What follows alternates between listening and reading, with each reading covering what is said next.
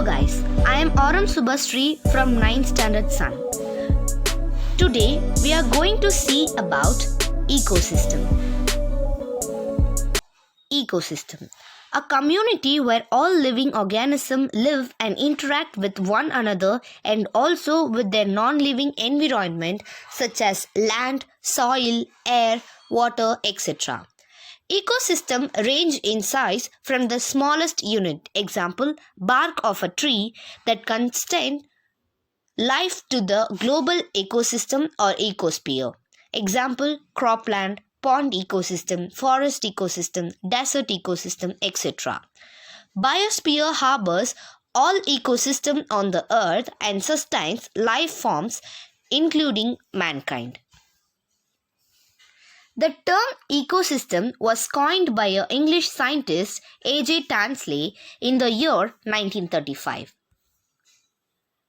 So, you might be wondering, is everything in the surrounding a part of the ecosystem? Yes, it is. An ecosystem could be anything from a pond to a large ocean. Let us see them deeply.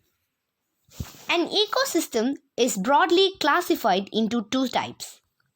First, terrestrial ecosystem. Then, aquatic ecosystem. From the term terrestrial, we can know that it is land-based ecosystem. Then, from the term aquatic, we can know that it is water-based ecosystem. Let's now look at them in deep. Forest ecosystem, grassland ecosystem, desert ecosystem, tundra ecosystem. Forest ecosystem. A forest consists of many animals, trees, herbs, birds, insects, reptiles, and many more. Yes, living and non-living things are interdependent. That they are classified into biotic components and abiotic components. Abiotic components.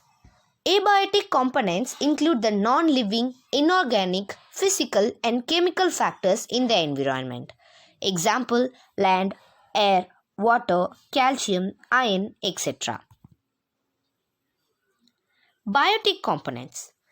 Biotic components includes animals, trees and plants, birds, and microorganisms. Biotic components can be classified into many categories. In these, do you know which can produce their own food? Yes, they are trees and plants. The three categories of biotic components are producers, consumers, and decomposers. Producers are self-nourishing components of the ecosystem, hence they are called autotrophs. They are found both land and water, example, plants, trees, algae, bacteria, etc. Decomposers. Decomposers are some organisms that are incapable of preparing its own food. They live on dead and decaying plants and animals. Hence, they are called saprotrophs. Example, fungus, mushrooms, etc. Consumers, that is heterotrophs. Consumers are those that depends on producers, directly or indirectly. Hence, they are called heterotrophs. The common categories of consumers are primary consumers, secondary consumers, tertiary consumers. Primary consumers depends on producers for their food.